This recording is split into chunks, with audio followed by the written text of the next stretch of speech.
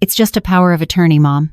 My son, Mark, slid the thick stack of papers across my kitchen table right over a flour stain, so we can handle all this stress for you.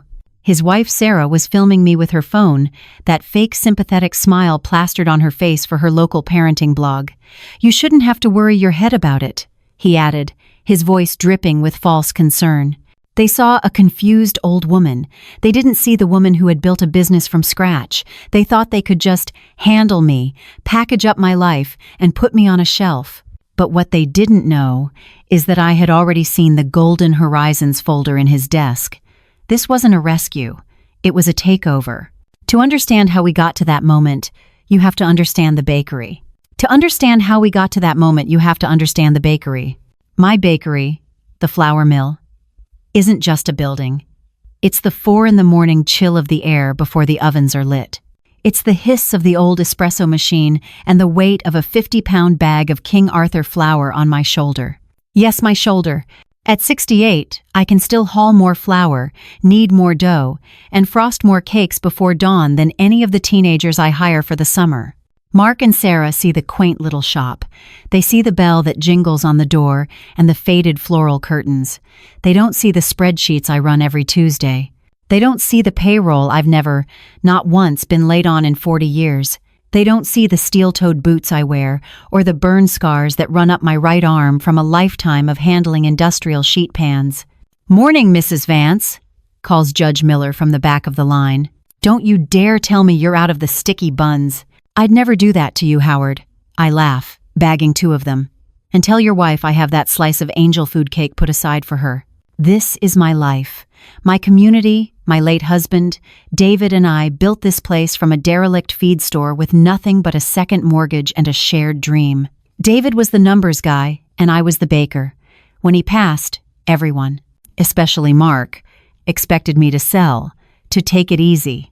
I took it over. I learned the spreadsheets. I learned to negotiate with suppliers. I learned that taking it easy was just a polite way of saying, disappear, and I had no intention of disappearing. On Sundays, though, I closed the shop. Sunday is for family, or at least, that's what I tell myself. "This old house, Eleanor," Sarah sighed, rubbing her arms dramatically as she stood in my living room. "It's just so drafty. I worry about you here all alone." I just smiled and handed her a slice of my apple pie. "It's a solid house, Sarah. It's a solid money pit," Mark mumbled from the couch, not looking up from his phone. He's a real estate agent, or at least, he's trying to be. Mostly, he just complains about the market. "You know what the property taxes are on this place? It's criminal." "We're just worried, Mom," Sarah said, laying her hand on my arm.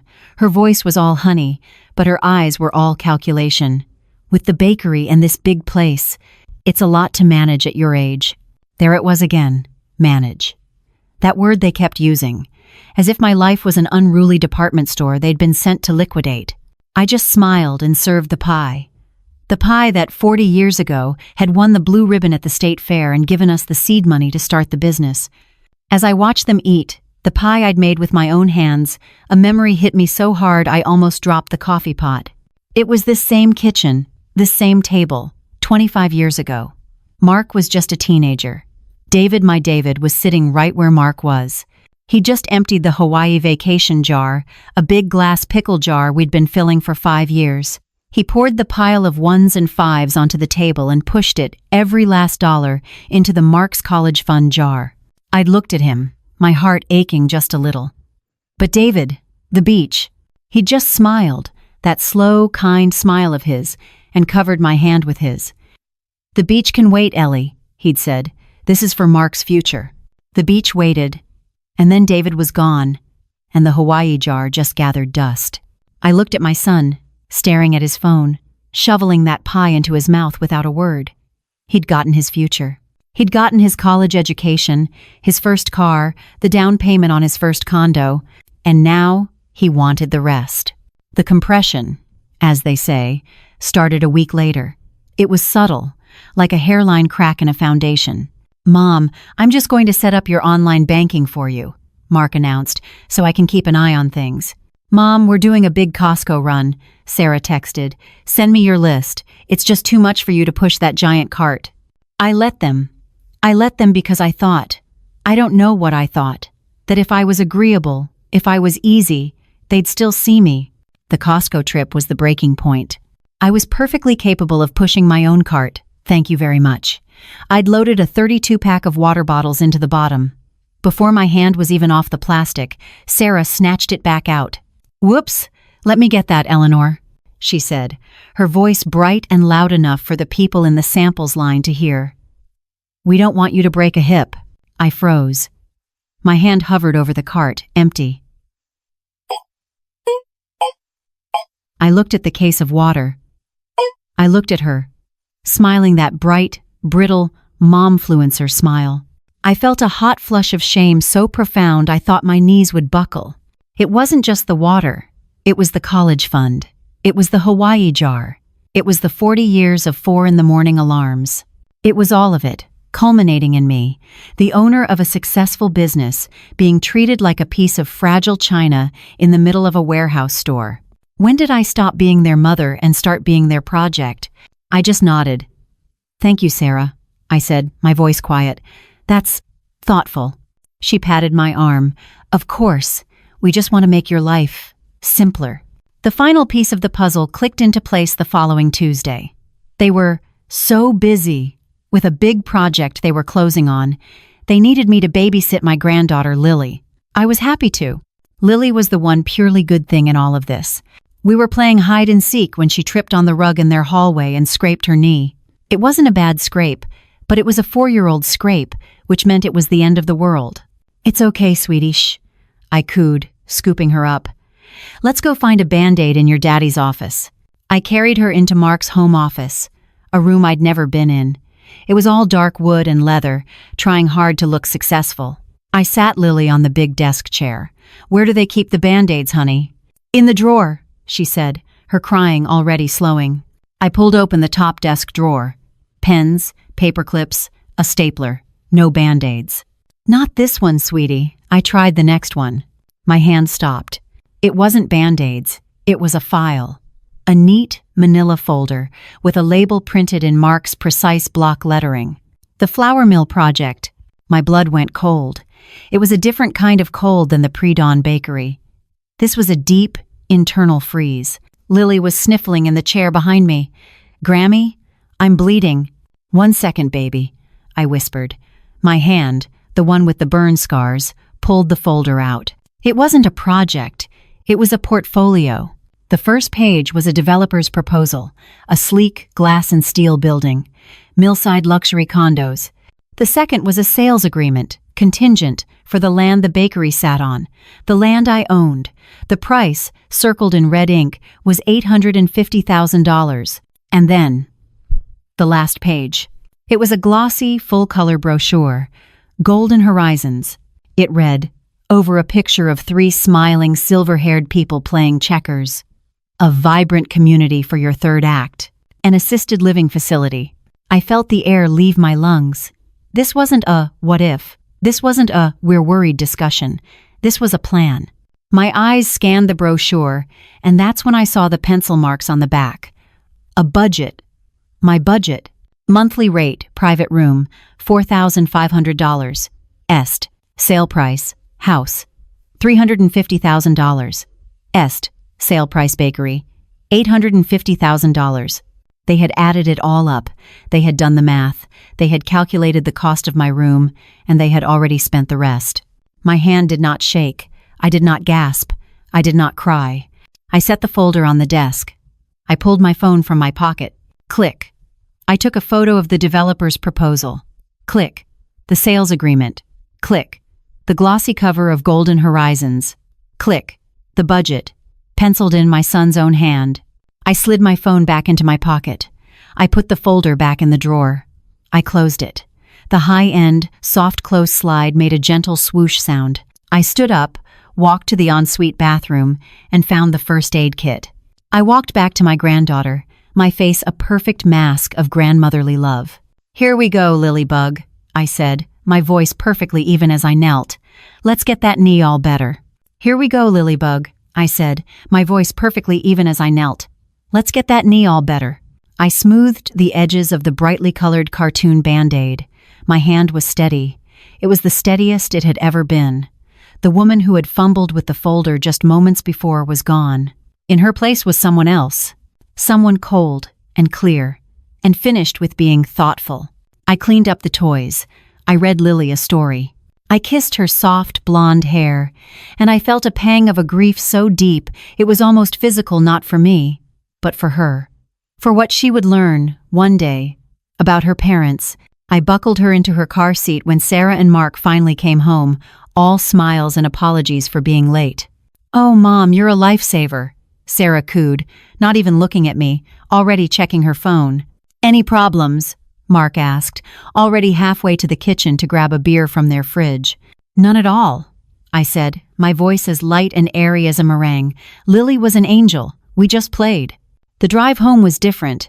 The 10-minute route I had taken for a decade felt new. The familiar landmarks, the high school, the town square, the for sale sign on the old Johnson place, all looked sharp, almost painfully in focus. That for sale sign, I'd seen it 100 times, but tonight it felt like a message. They wanted to sell my life, liquidate my 40 years of work, my home, my legacy, and file me away in a $4,000 a month box. All for what? For Mark's future. The words echoed in my head, a bitter refrain. They took me back to just 3 Sundays ago. Mark and Sarah were over for dinner. I'd made pot roast, Mark's favorite. He spent the entire meal on his phone, the blue light of the screen reflecting in his glasses as he shoveled food into his mouth. "This market is just brutal," he'd announced to the room, not to me. "The interest rates are insane. We'll never get the capital to move up." Sarah, of course, chimed in, picking at her green beans. "And this house, Eleanor," she'd said, with that little sympathetic tilt of her head. "I was looking at the Zestimate. You're sitting on a gold mine. But the upkeep, all alone. These old places are just money pits. Drafty, too." I just smiled and refilled her water glass. I was so used to smiling. It was the armor I wore. "We're just worried, Mom," Mark had finally said, setting his phone down, which was how I knew the real conversation was about to start. "You're trying to manage this big drafty house. You're trying to manage the bakery. It's a lot, at your age. Manage." That word again. I'd wanted to say, "The bakery I managed just had its best quarter in a decade." I'd wanted to say, "This drafty old house is paid in full thanks to me." But I didn't. I just sat there, and I remembered. I looked right at my son, the successful real estate agent in the $1,000 suit, and all I could see was a messy-haired boy at a kitchen table. It was this same table, 25 years ago. David was still with me. We had this big glass pickle jar, our Hawaii vacation jar. For 5 years, we'd put every spare dollar, every bit of loose change, into that jar. It was our dream. We'd sit at the table at night and trace the travel brochure pictures of the white sandy beaches. Then Mark got his acceptance letter to the big university out east. We were so proud. But the scholarships didn't cover everything, not by a long shot. I'll never forget David, sitting at this table. He'd looked at the university bill. He'd looked at the Hawaii jar, almost full. And then he'd looked at me, his eyes full of a love so deep it still makes my chest ache. "The beach can wait, Ellie," he'd said. He'd picked up that jar, our dream, and a hammer. He'd smashed it right there on the kitchen floor. We'd spent an hour picking glass out of the pile of 1s and 5s and quarters. We counted it all. It was just enough for Mark's first 2 semesters. The beach, it turned out, waited forever. David passed from a heart attack 3 years later, before we ever saved enough to fill that jar again. I had looked at my son, at that Sunday dinner, and I'd wanted to scream, "Do you have any idea what's sitting in this chair? Do you know the dreams we smashed, the beaches we never saw, for Mark's future?" But I hadn't. I just smiled, cleared his plate, and said, "Don't you worry about me, son. I'm tougher than I look." A bitter, bitter irony. Because now, driving home from his house, the photos of his betrayal burning a hole in my phone's camera roll, I finally understood. For Mark's future was never a gift to him. It was a debt, one he'd been paying back with disinterest for 20 years. And the Golden Horizons brochure, that was his idea of a final payment. I got home. I didn't turn on the lights. I sat at my kitchen table, in the dark, the same table where David had smashed our dream. I could almost smell the old paper of the dollar bills, the metallic tang of the quarters. I sat there for an hour. The woman who had smiled and served pot roast was gone. The woman who had cried over a broken pickle jar was gone. In the dark, I made a decision. They had a flour mill project. Fine. So did I. The next morning, my phone rang. It was Mark. "Hey, Mom," he said, his voice all business. "Listen, Sarah and I were talking, and we're really serious about helping you. I've got a guy, a developer friend, who might be interested in the bakery property, just to, see what it's worth. Take that stress off your plate." I looked at the receiver. I pictured him in his office, his feet on his desk, so sure of himself. I took a breath. And then I played. "Oh, Mark," I said, pitching my voice to be a little higher, a little more frail. "A developer? Oh, heavens, that sounds so complicated." I let out a shaky sigh. I was just looking at the books this morning. All those numbers. I think I burned a batch of cookies. I was so distracted. Just burned them all black. I don't know what's wrong with me. Silence on his end. I could feel the hook sinking in. "See, Mom," he said, his voice softening into that fake sympathetic tone. "That's what I'm talking about. You're overwhelmed. You're burning things. You're forgetting. Let me handle the numbers. Just for a little while?" I don't know," I said. David always handled the numbers." "I know, Mom, and I'm just trying to be David for you." That's when I had to grip the counter. The audacity, the sheer bald-faced blasphemy of it, to compare his parasitic greed to his father's sacrifice. "Maybe you're right, Mark," I whispered, as if I was about to cry. It's just so much." "I knew you'd see it my way," he said, his voice full of that smug, triumphant relief. "I'll draw up some papers. We'll get that developer meeting set. You take it easy, okay?" "Okay, son," I said. Thank you. Thank you for looking out for me." I hung up the phone. I did not cry. I did not shake. I walked into the living room, pulled out my old, worn address book, and dialed a number I hadn't used in years. "Hello, George," I said. "Yes, it's Eleanor Vance. I need to schedule an appointment with you. It's about the flour mill project. And yes, it needs to be discreet." George was my husband's lawyer, and my Golden Horizons budget didn't include hiring a cheap one, a future he seemed determined to cash in on. After that Sunday dinner, the compression began. It wasn't a sudden break. It was a slow, suffocating squeeze. Their concern became a daily performance. "Mom, I'm just going to set up your online banking for you," Mark announced one afternoon, already pulling a chair up to my desk. "This way, I can just keep an eye on things, make sure no one's taking advantage of you." "You mean, besides you?" I wanted to say. Instead, I smiled that frail, grateful smile I was perfecting. "Oh, Mark, would you? These websites are all so confusing. I'm always afraid I'll press the wrong button." "See," he said, patting my hand, his eyes on the screen. "It's no trouble. We'll get this all managed." There was that word again. Then Sarah started in. She'd call me every morning, her voice like spun sugar. "Just checking in, Eleanor. You're taking your vitamins, right?" Mark and I were thinking, maybe we should look into one of those Meals on Wheels things, just for a few nights a week, to take the stress of cooking off you. I was holding a 20-pound tub of bread dough, my knuckles deep in the life of it, when she said it. I looked at my arms, dusted with flour, strong from 40 years of kneading. "That's so thoughtful, Sarah," I said, my voice perfectly light. "But I think I can still manage a pot of soup." They were building a case. Every phone call, every helpful suggestion was another brick in the wall of my own incompetence. They were chipping away at me, not just to the world, but to myself. If I wasn't careful, I'd start to believe them. The final straw wasn't a crack. It was an explosion. It happened, of all places, at Costco. Sarah had insisted on treating me to one of their big bulk runs. "It's just too much for you to push that giant cart, Eleanor," she'd trilled. I let her. I let her push the cart. I let her helpfully point out the low-sodium options. I let her fill the cart with her choices. For my house.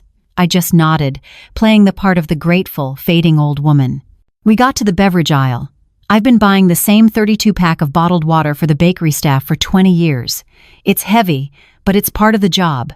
I reached out, grabbed the plastic handle, and with a familiar lift and swing, went to place it in the bottom of the cart. Before my hand was even off the plastic, Sarah snatched it. "Whoops!" she shrieked, her voice so bright and loud that people in the samples line turned to look. "Let me get that, Eleanor!" "Oh my goodness, we don't want you to break a hip!" She heaved the water into the cart with a dramatic grunt, then patted her chest, smiling at the strangers who were now watching us. "Mom's just so independent," she said to a woman holding a cheese cube. "We're trying to get her to slow down." I froze. My hand was still in the air, empty, hovering over the cart. I looked at the case of water. I looked at Sarah, basking in the glow of her own manufactured kindness. I felt a flush of heat, so hot and so sudden I thought my knees would buckle. It wasn't embarrassment. It was rage. A pure, cold, clarifying rage. It wasn't just the water. It was the drafty house. It was the money pit. It was the stress of cooking. It was the Hawaii jar. It was the 40 years of 4 a.m. alarms.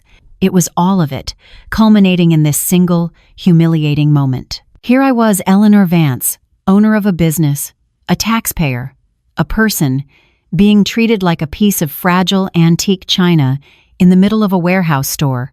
When did I stop being their mother and start being their burden? I slowly, very slowly, lowered my empty hand to my side. I drew in a breath, tasting the store's air, a mix of pizza, tires, and betrayal. I just nodded. "Thank you, Sarah," I said, my voice so quiet she had to lean in. "That's very thoughtful of you." She patted my arm, her victory complete. "Of course, we just want to make your life simpler." I walked behind her as she pushed the cart, my steps measured. The confused old woman act wasn't just a strategy anymore, it was my armor, and I was beginning to realize it was also the perfect camouflage. Because as she chattered on about organic frozen vegetables, I wasn't thinking about the cart. I was thinking about George, my lawyer, and I was thinking about how simple their lives were about to get. I walked behind Sarah as she pushed the cart, my steps measured. The confused old woman act wasn't just a strategy anymore, it was my armor, and I was beginning to realize it was also the perfect camouflage. I didn't have to wait long to test it. "Mom, you're an absolute lifesaver," Sarah breathed into the phone 2 weeks later, her voice a pantomime of stress. "Mark's developer is in town, it's this massive closing, and our nanny just called in sick. Can you please come over? Just for an hour." "Of course, dear," I said, my voice all warmth and accommodation. "It's no trouble at all." It was a massive closing, just not the one she thought. An hour later, I was on their plush beige carpet, playing Candyland with my granddaughter Lily. She was the one purely good thing in all of this, a bright little spark of innocence in a house built on calculations. "I'm winning, Grammy!" she shrieked, drawing a double blue card. "You sure are, sweetie," I laughed, and the laugh was real. And then, as she jumped up to do a victory dance, she tripped over the corner of the designer shag rug and went down, hard. There was that terrible split-second silence, followed by a wail that could shatter glass. "Oh, Lilybug, you're okay, I cooed, scooping her up. She was hysterical, pointing to her knee. It wasn't a bad scrape, just a rug burn, but to a 4-year-old it was a 5-alarm fire. "Shh, baby, let's go find a Band-Aid. Where does Daddy keep them?" "In the office," she sobbed, burying her face in my shoulder. "In the big desk." I carried her into Mark's home office. It was a room I'd never been in. All dark wood, leather, and the faint, bitter smell of a success I didn't recognize. I sat Lily on the massive, imposing desk chair, her little legs dangling. "Okay, let's see," I said, pulling open the top drawer. Pens, paper clips, a fancy letter opener, a box of cigars. No Band-Aids. "Not this one, honey." I tried the next one. Binders, files, a stapler. "Grammy, it hurts." "I know, baby, one more second." I pulled open the bottom drawer, the big one for hanging files. My hand brushed against the tabs, and then it stopped. My breath just stopped. It wasn't a file label for utilities or taxes. It was a new, crisp manila folder. The label, printed in Mark's precise, all-caps block lettering, read, "The Flour Mill Project." My blood went cold. It was a different kind of cold than the pre-dawn bakery. This was a deep, Internal freeze, a paralysis that started in my chest and spread to my fingertips. Lily was sniffling in the chair behind me. I need the Elsa ones, Grammy. 1 second, baby, I whispered. My voice didn't sound like my own. My hand, the one with the burn scars from a lifetime of pulling hot trays from an oven, trembled just once as I pulled the folder out. I opened it. The first page was a glossy, full-color rendering.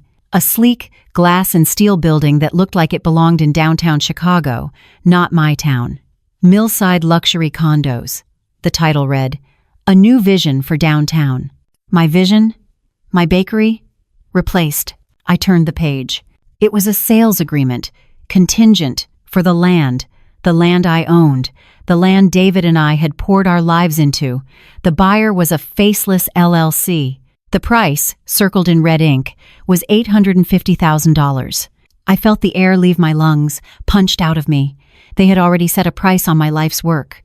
But it was the last thing in the folder that stopped my heart. It was another glossy, full-color brochure. "Golden Horizons," it read, over a picture of 3 smiling, silver-haired strangers playing checkers.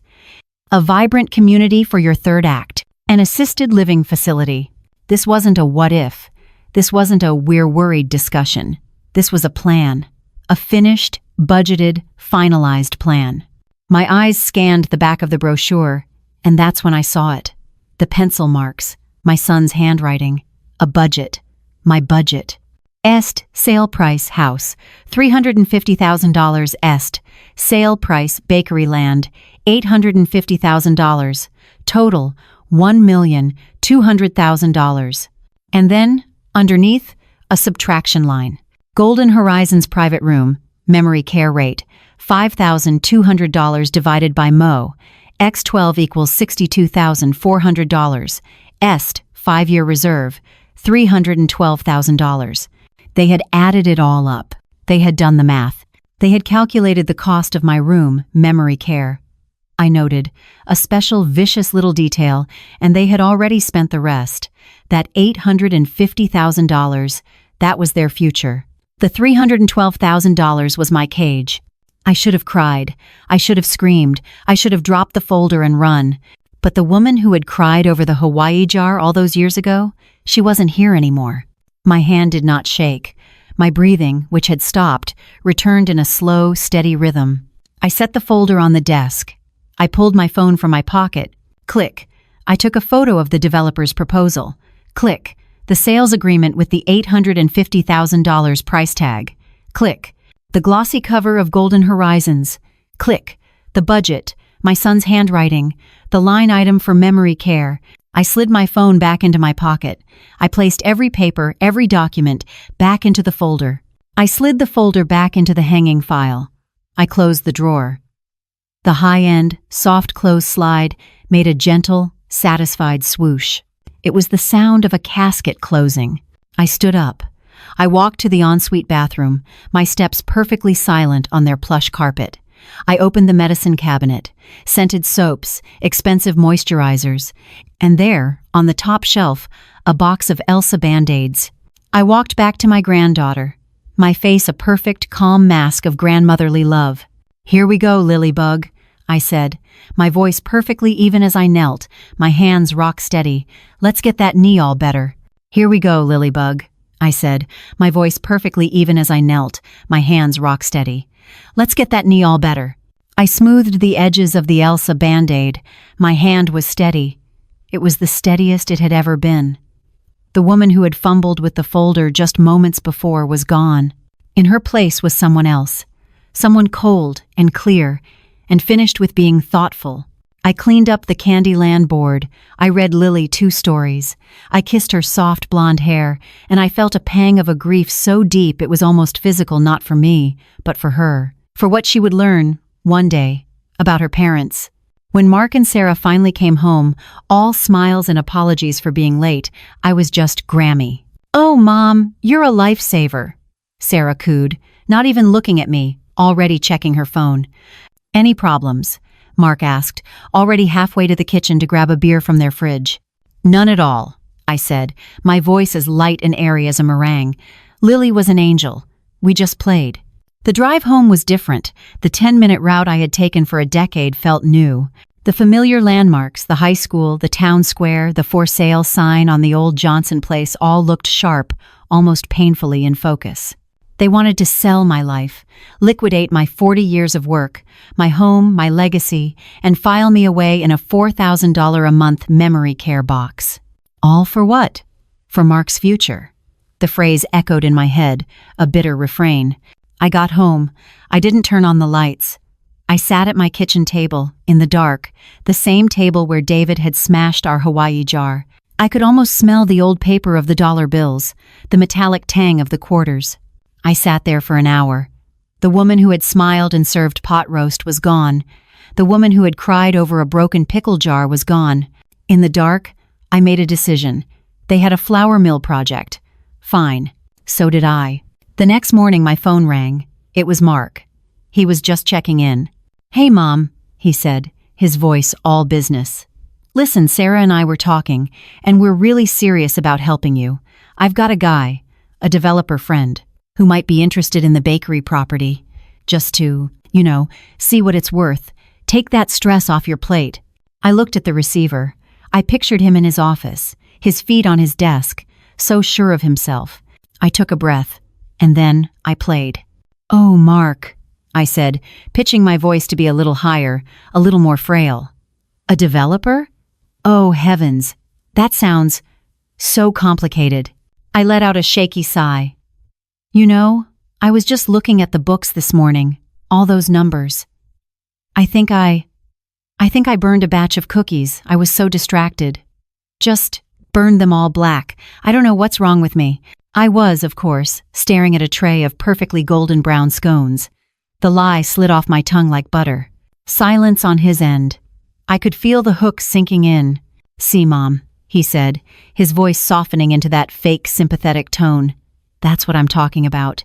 You're overwhelmed. You're burning things. You're forgetting. Let me handle the numbers. Just for a little while." I don't know," I said. David always handled the numbers." "I know, Mom, and I'm just trying to be David for you." That's when I had to grip the counter. The audacity, the sheer bald-faced blasphemy of it. To compare his parasitic greed to his father's sacrifice. "Maybe you're right, Mark," I whispered, as if I was about to cry. It's just so much." "I knew you'd see it my way," he said, his voice full of that smug, triumphant relief. "I'll draw up some papers. We'll get that developer meeting set. You take it easy." Okay, son," I said. Thank you for looking out for me." I hung up the phone. I did not cry. I did not shake. I opened my laptop, went to the bakery's accounting software, and cooked the books. Not in a criminal way, but in a confused old woman way. I miscategorized a few big invoices. I accidentally double-entered a payroll expense. I made the profit and loss statement look muddled. They were my books, after all. I should know how to make them sing whatever tune I wanted. I was good at this. It was almost frightening. I realized that all the years I'd spent smiling and nodding, all the years of swallowing my own words to keep the peace, they weren't a weakness. They were practice. A week later, I escalated. I forgot to pay the bakery's main utility bill, the big one. I was at my desk, in my drafty old house, when Mark called, his voice in a full-blown panic. "Mom, I just got an alert. You didn't pay the electric bill for the flour mill, the final notice. They were going to cut the power. I had to pay it on my own card." I let a few seconds of confused silence hang in the air. Then I gave him my best, most flussled voice. The electric? Oh, goodness. I thought I had the envelope right here. I must have forgotten to mail it. Oh, Mark, I'm so sorry. I'm so muddled lately." "Muddled? Mom, this is a $5,000 bill. What if I hadn't set up those alerts? Your freezers, all that inventory. It would have been a catastrophe." He set up alerts. My. He was already in the hen house. I don't know what to say," I stammered, twisting the phone cord, playing the part for an audience of one. "You're right. I can't handle this." "No, Mom, you can't," he said, his voice shifting from panic to predatory calm. This is exactly why we need that power of attorney. This is exactly why you're in no shape to talk to a developer. You need help. Sarah and I are coming over. We're bringing dinner. Oh, you don't have to. We're coming over, he said. We'll be there at 6. The line clicked. I looked at the phone in my hand. Then I looked at the utility bill, stamped paid, that I'd taken care of online 2 weeks ago. The final notice he'd gotten was a phishing email. Or, more likely, one he'd faked. It didn't matter. He'd shown his hand. I was ready. They arrived at 6, not with a home-cooked meal, but with 2 greasy pizzas from the strip mall and a stack of papers. We're just so worried, Sarah said, piling paper plates on my kitchen table, the one David and I had built. She didn't even look at the flour dusting the counters. You're just not yourself, Eleanor. I know, I said, lowering my eyes, letting my shoulders slump. I let a little tear well up in the corner of my eye. I'd been practicing that too. I'm just so tired. Mark and Sarah exchanged a look. It was the look. The one I'd been waiting for. That smug, triumphant, we got her look. It was the look of a vulture who's finally seen the lion limp. Well, don't you worry, Mark said, tapping the leather-bound folder he'd placed on the table, right next to the pizza. We're going to take all that stress away. For good. We're going to take all that stress away. For good. Mark tapped the thick leather folder he'd placed on my kitchen table, right next to the box of greasy pizza. I braced myself. This was it. The moment they'd pushed the papers across the table, the pen already clicked. But Mark just laughed, a short, forced little puff. But not tonight. Tonight we just eat pizza.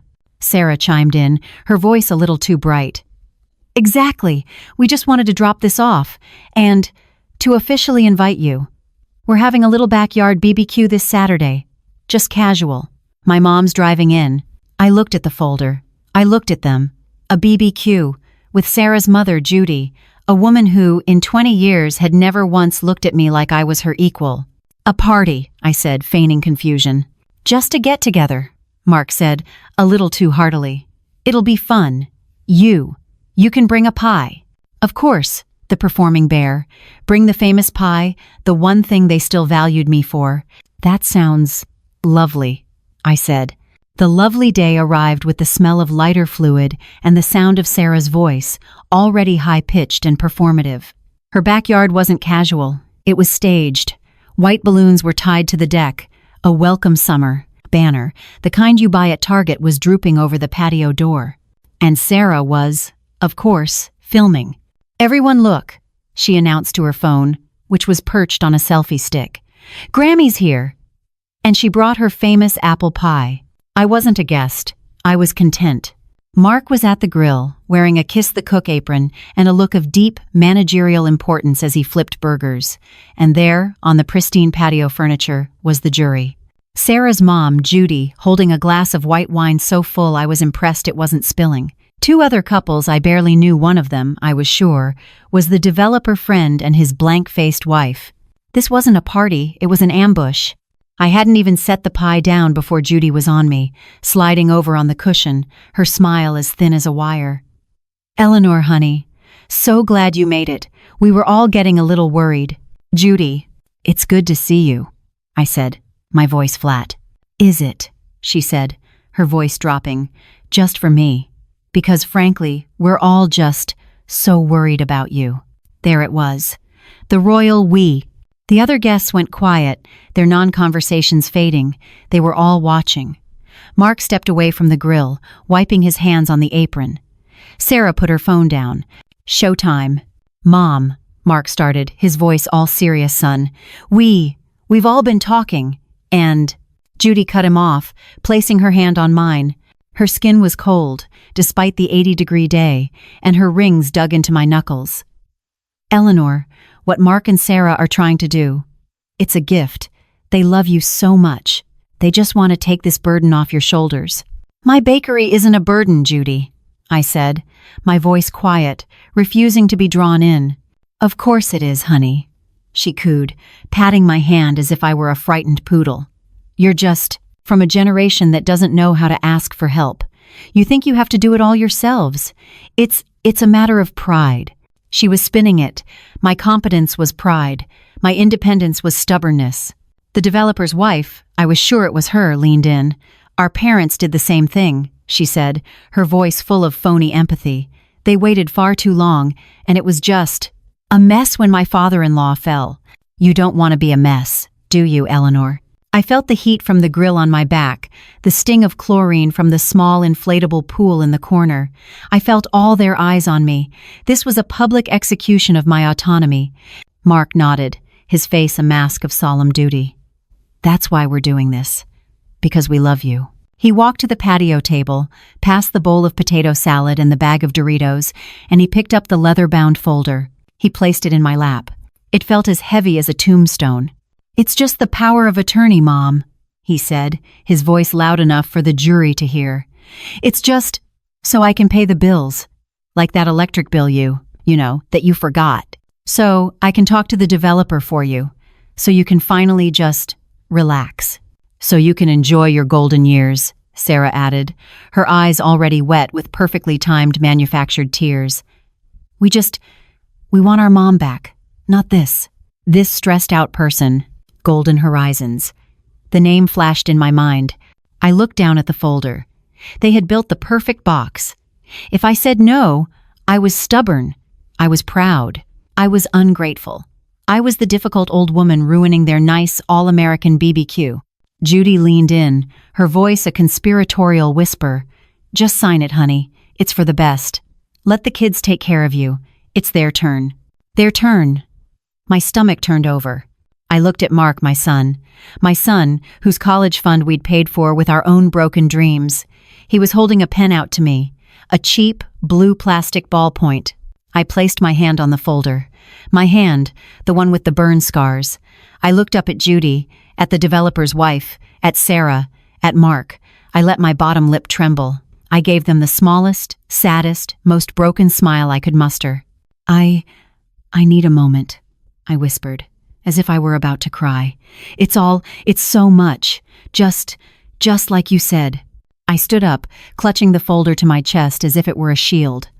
The pie. I should cut the pie." I turned and walked back toward the house, my legs steady. I could feel their collective sigh of victory on my back. I heard Judy whisper to Sarah, "See, she'll sign. She just needs a good cry first." I let the screen door slam shut behind me.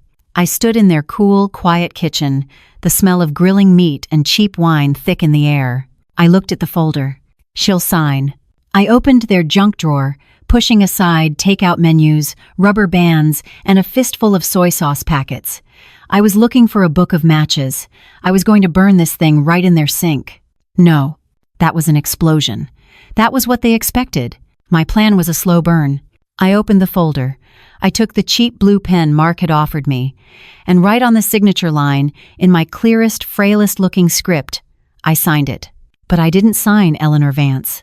I signed Eleanor Davidson, my maiden name, a name I hadn't used in 45 years, a name that made the document legally worthless, a name no one in that backyard would even recognize. It wasn't a signature. It was a time bomb. I tucked the papers back in, neat and tidy. I took a deep, steadying breath. I walked back out, blinking in the bright sun as if I'd just been crying.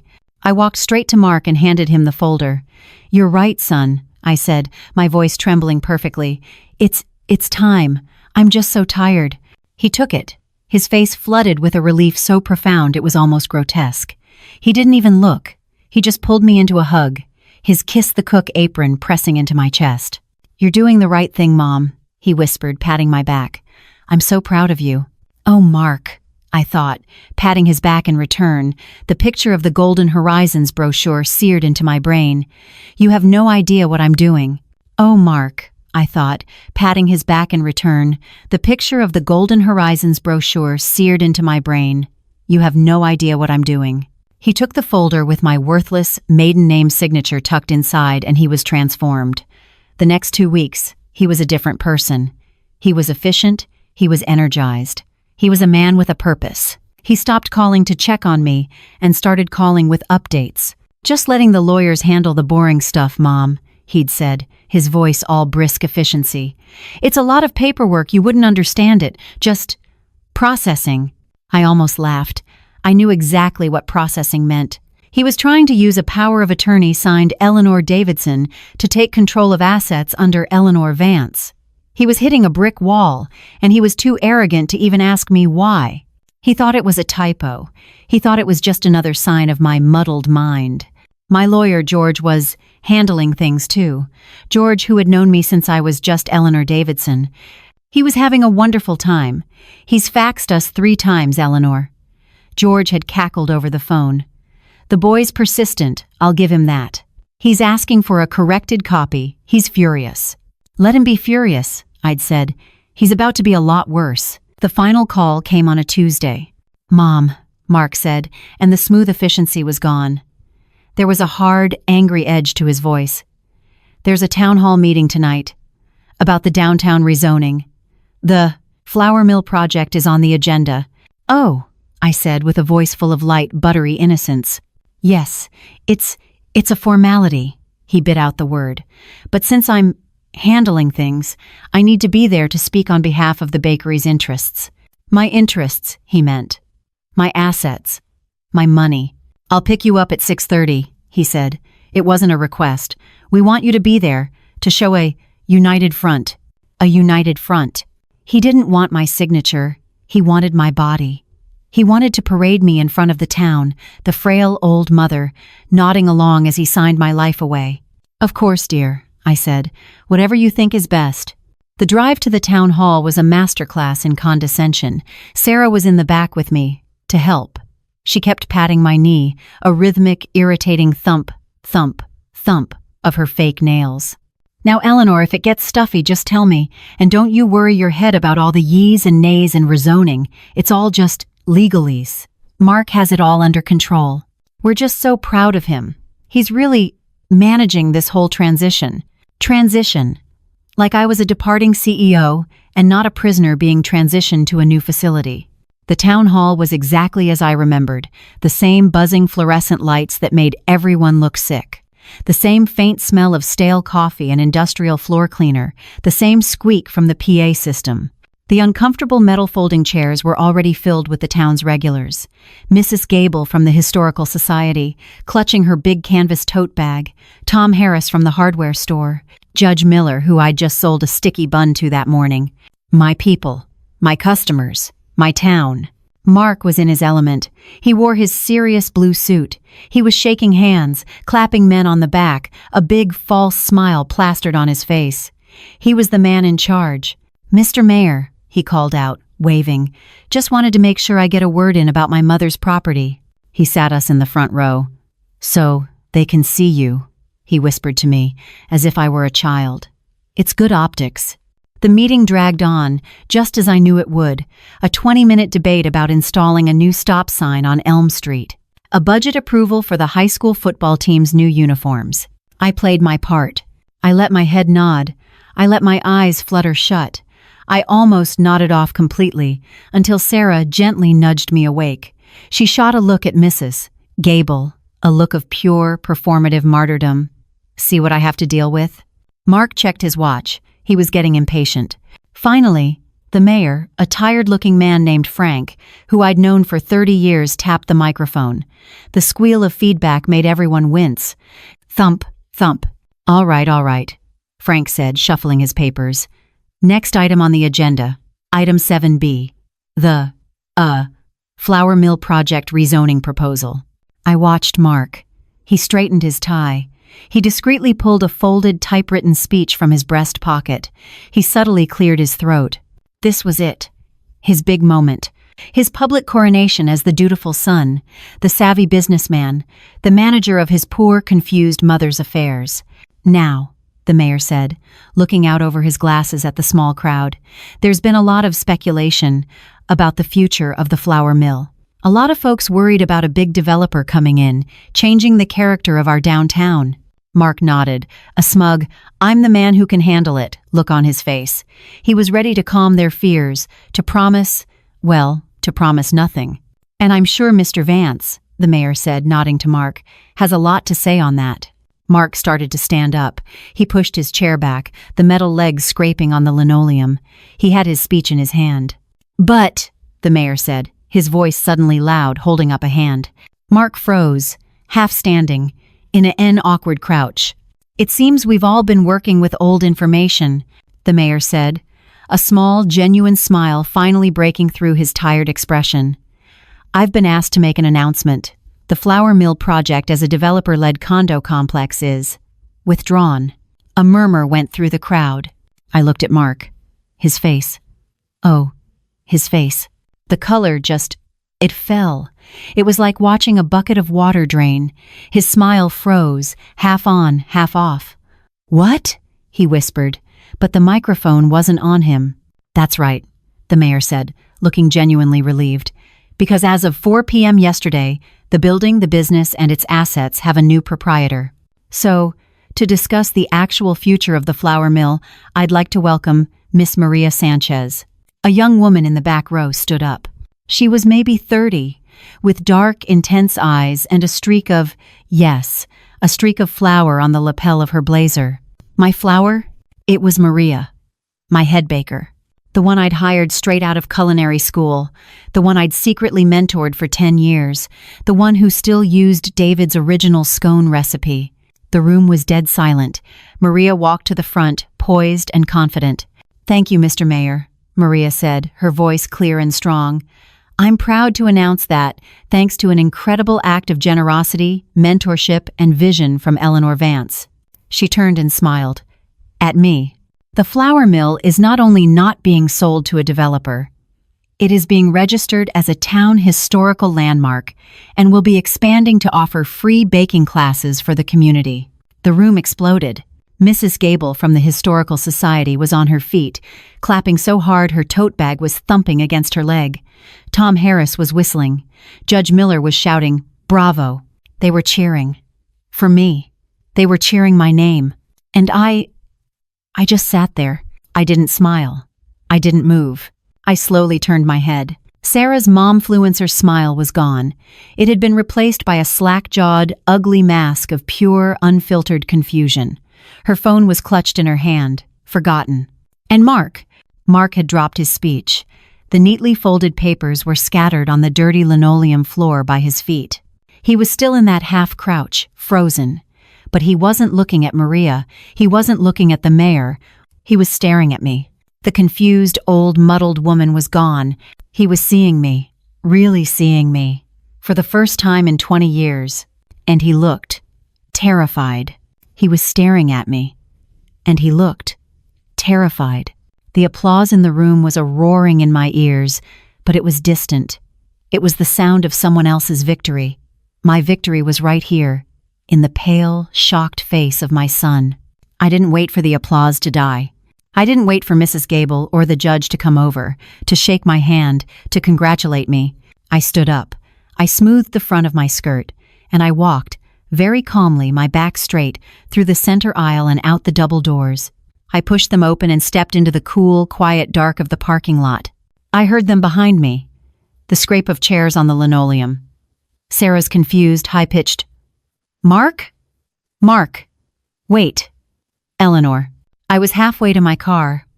I was right under one of the tall, buzzing, sodium orange lights that made the asphalt glow. That's when he grabbed my arm. It wasn't a helping touch. It wasn't the gentle hand of a concerned son. He grabbed me, his fingers dug into my arm, a vice grip of pure, unfiltered panic. I stopped. I didn't turn. "What did you do?" His voice was a hiss. It was a sound I had never heard him make, a raw, ugly sound from the back of his throat. Sarah stumbled up behind him, her face a crumpled, confused mask. She wasn't filming. Her phone was clutched in her hand. Forgotten. "Mark, what's happening? Eleanor, what did that woman mean? $1." He ignored her. He was shaking. Not just his hand. His whole body was vibrating with a rage so deep it was almost black. "The developer," he bit out. "The $850,000 offer. That was real. That was my offer." "How much did she pay you? Tell me. We can counter." I slowly turned my head to look at him. I looked at his fingers, white-knuckled, digging into the sleeve of my good cardigan. I just looked. I didn't pull away. I just stared at his hand, with the same neutral expression I'd use on a patch of mold, until he let go, snatching his hand back as if my arm had suddenly become white-hot. "She paid me exactly what I wanted," I said. My voice was calm. It was the calm of the bakery at 4 a.m., when the world is still and all the work is clear. "What does that mean?" he shouted, his voice cracking. "How much?" "I sold the business to Maria," I said, "for $1. Sarah made a sound, a small, dry, choking sound, like a bird gasping, $1. The land," Mark stammered, his real estate brain scrambling, trying to find a foothold in the avalanche. "The land." "You sold the business, fine. But the land, the building, that's where the value is. The $850,000. We can still sell the land." "No, Mark," I said. I turned my whole body to face him. The confused old woman was gone. The fading mother was gone. I was just Eleanor Vance, owner of the flour mill, and I was done. I sold the business to Maria on one binding, ironclad condition. What condition?" Sarah whispered, her eyes wide. "That the building, the land, is never, ever sold to a developer. It is now registered as a town historical landmark with a covenant that runs with the deed in perpetuity. It can never be millside luxury condos. It will only ever be the flour mill. Forever." The word forever hung in the parking lot air, mixing with the buzz of the sodium light. Mark didn't just get angry, he broke. He ran both hands through his expensive hair, his suit jacket bunching up. No. You can't. That was our future. That was our inheritance. You're insane. You're senile. I have the power of attorney. I'll undo it." You'll what?" I almost laughed. "You'll use the document I signed, Eleanor Davidson. My maiden name? The one your lawyers kept correcting as a typo. The one that isn't legally worth the paper it's printed on. 800,000. Sarah was just whispering the number, as if trying to understand it. You gave it away? To an employee? After all we've done for you. All you've done for me," I said, and my voice was cold. "Insane." I reached into my purse. I didn't fumble. I didn't search. I pulled out my phone. "Insane isn't giving away what's mine," I said. This is insane." I woke the screen. I didn't have to search. The photo was the only one in my favorites. I turned the phone and held it up, the bright, accusing screen illuminating his horrified face. "The Golden Horizons folder," I said, my voice like a steel blade. "The developer's proposal, the sales agreement, and my favorite, the budget, the memory care rate, the $850,000 for you, and the $312,000 reserved for my new room." I clicked the screen, swiping to the next picture, the close-up of his own handwriting. "You were right, Mark," I said, looking him dead in the eye. "My son, my only child. It was too much for me, especially the part where you'd already priced out my new cage." "You were right, Mark," I said, looking him dead in the eye. "My son, my only child. It was too much for me, especially the part where you'd already priced out my new cage." Mark's face. I've never seen that color on a human being. A sick, gray-green. His mouth opened, but no words came out. The big-shot real estate agent, the man with the speech, the manager, he had nothing. Sarah just gasped. A short, ugly, choking sound. She was crying now, but they were the wrong kind of tears. Not tears of remorse. Tears of loss. The $850,000 was gone. I didn't wait for him to find the words. I didn't want to hear them. What do you say to a son who just tried to bury you alive? I put my phone back in my purse. The click of the magnetic clasp sounded like a gunshot in the parking lot silence. "I'm going home," I said. My voice was even. It was flat. It was the sound of a door locking. I turned. I walked to my car. I didn't run. I didn't look back. I heard Sarah's voice rise into a wail. Mark, do something." But I just put the key in the ignition. I didn't even look in the rearview mirror as I pulled out. I went home to my drafty old house. I slept for 8 straight hours, more deeply than I had in 20 years. The next morning, I got up at 4 a.m., just like always. I walked into the bakery. Maria was already there, her eyes a little red, as if she'd been up all night, half crying, half celebrating. We just looked at each other. She didn't say, "Thank you." I didn't say, "You're welcome." She just held out a mug of coffee for me. "The ovens are hot," she said, her voice thick. "Good," I said, taking it. "We've got work to do." I expected to feel something. Grief, sadness, even a dark, ugly triumph. But I just felt quiet. I felt like myself. I tied on my apron, the one stained with flour and history, and I started kneading the dough. The bell on the bakery door started jingling at 6:01 a.m., and it didn't stop. But it wasn't the usual rush. It was a pilgrimage. Judge Miller came in. He just stood there for a moment, looking at me. "Eleanor," he said, his voice deep. He didn't order. He just nodded. Once. A sharp nod of deep, profound respect. Heard the news from the town hall. "Brave," he said. He bought his sticky bun, put a $20 bill in the tip jar, and said, "This is for the new Historical Landmark Fund." Mrs. Gable from the Historical Society was next.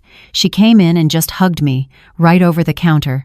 "You did the right thing, dear," she whispered, her voice fierce. "You saved us. That Maria is a wonderful girl." I didn't have to say a word. The town knew. The story had spread like wildfire. In the space of one town hall meeting, the narrative was set in stone. Maria was the town hero. I was the tough, smart matriarch. And Mark and Sarah, well, they were the villains. The fallout. It was swift. I heard about Mark's first.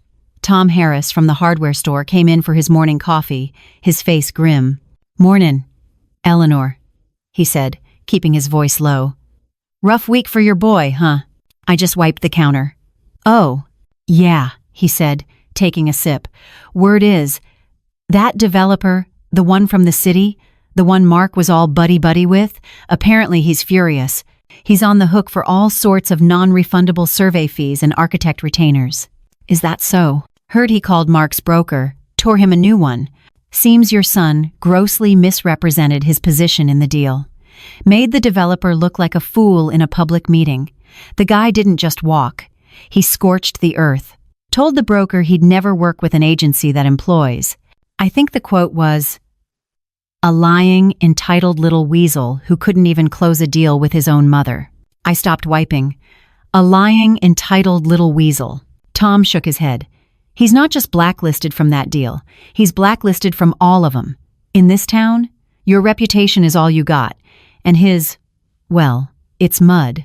Mark hadn't just lost the $850,000 commission he was banking on. He'd lost his future. He'd tried to cash in his inheritance early, and he'd bankrupted his own career. But the downfall of a momfluencer, that was something else entirely. I didn't see it myself, of course. I was busy. But Maria follows that sort of thing. She came into the back office later that afternoon, her face pale, holding her phone. "Eleanor, have you seen this?" "Seen what, dear?" "Sarah's blog. The Main Street Mommy. Oh, Eleanor, it's a dumpster fire." She angled the phone. Sarah had, in a moment of unbelievable tone deafness, posted a new video that morning. A pre-scheduled one. My top 5 tips for a stress-free summer with the kids. The comments. "Wait, is this the woman who tried to put her mother-in-law in memory care just to steal her bakery?" Stress-free tip has shown. Liquidate your elderly relatives for condo money. Number Golden Horizons, number Vulture. Someone from the town hall posted the whole story in the town Facebook group. "You are disgusting. How can you post about family values when you literally tried to sell your own family? Hey, Main Street Mommy, how's that $850,000 feeling? Oh, wait, she's deleting them," Maria whispered, her thumb scrolling frantically. "But they're coming in faster than she can delete. Oh my God, look at the number of unfollows." And then Maria's eyes went wide. "Oh, no."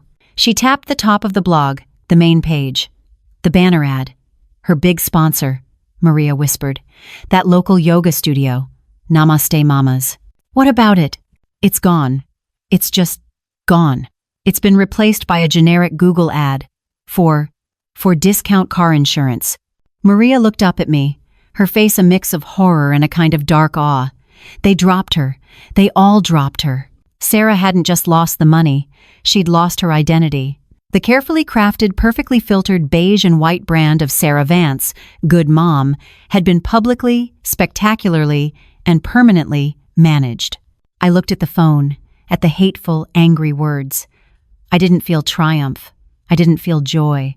I just felt. The deep, cold, quiet of a decision finished.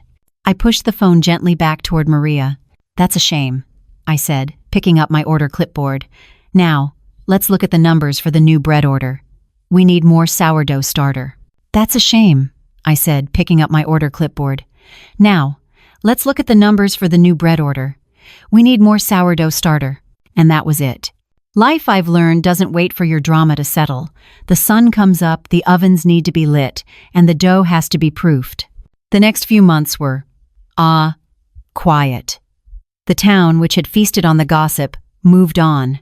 They had new things to talk about: the high school football team's losing streak, the new stop sign on Elm Street. My story, our story, just settled. It became part of the local lore. The bakery was a different place. Maria, true to her word, was a force of nature. She started a Baking for Beginners class on Saturdays that was sold out for 6 months. She put up a community board where people posted flyers for garage sales and lost cats. She was, in every way, the future.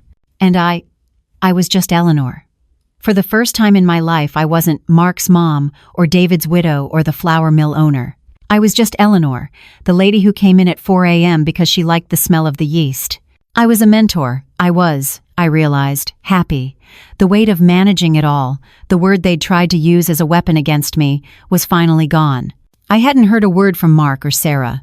Not a call, not a text, not an angry letter. Nothing. Just silence. The first crack in that silence came about 3 months later, on a Tuesday. I was in the local Kroger, in the cereal aisle, trying to decide between regular Cheerios and the Honey Nut ones. The most normal, mundane, Tuesday afternoon thing in the world. Eleanor. I froze. My hand hovered over the yellow box. I knew that voice. I turned, slowly. It was Judy, Sarah's mother. But it wasn't the Judy I knew. The woman from the backyard BBQ, the one with the wire-thin smile and the cold, assessing eyes, was gone.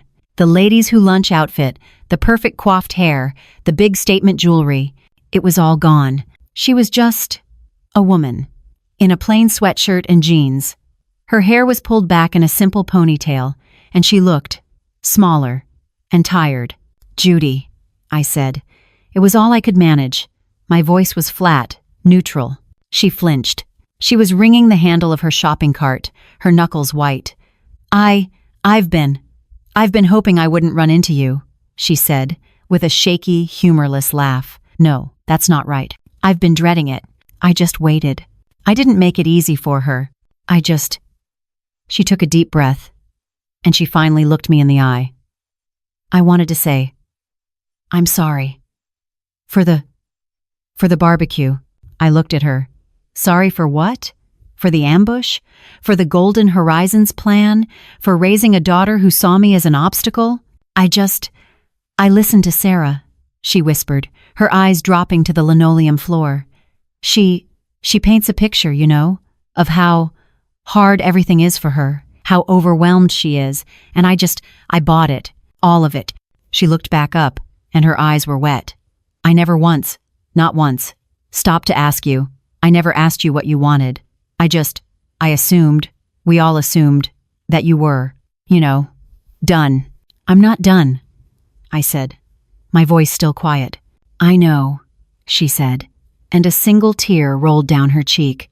I know that now. I've been thinking a lot. Maybe I was just projecting, afraid of my own golden years, I guess. She wasn't just apologizing for her part, she was apologizing for herself. I heard about what they're going through, she said, quickly wiping her face. And, well, what goes around, comes around, I guess. You were right to do what you did. It was brave. I just looked at her. The woman who'd told me it's their turn. I nodded. Once.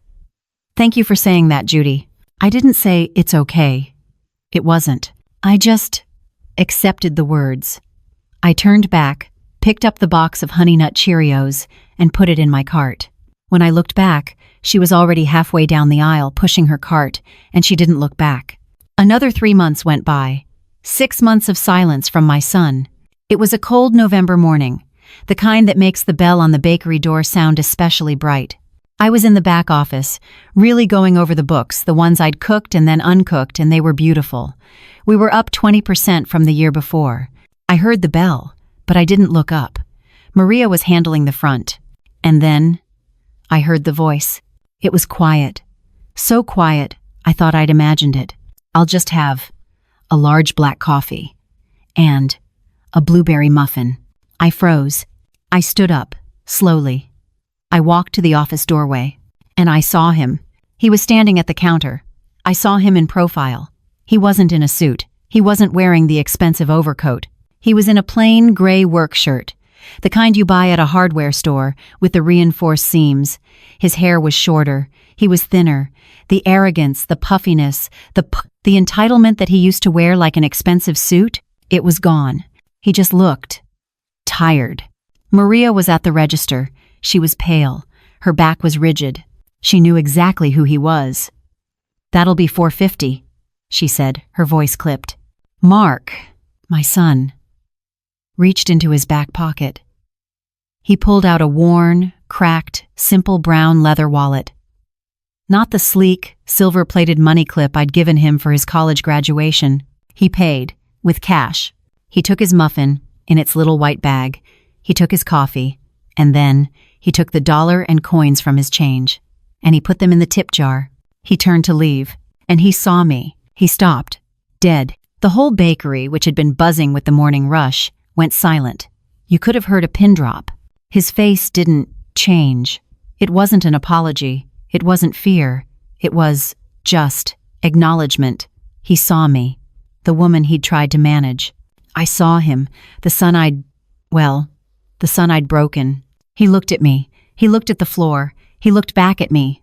He just nodded. Once. A small, stiff, almost invisible nod. And he turned, and he walked out the door. The bell jingled. I let out a breath I hadn't realized I was holding.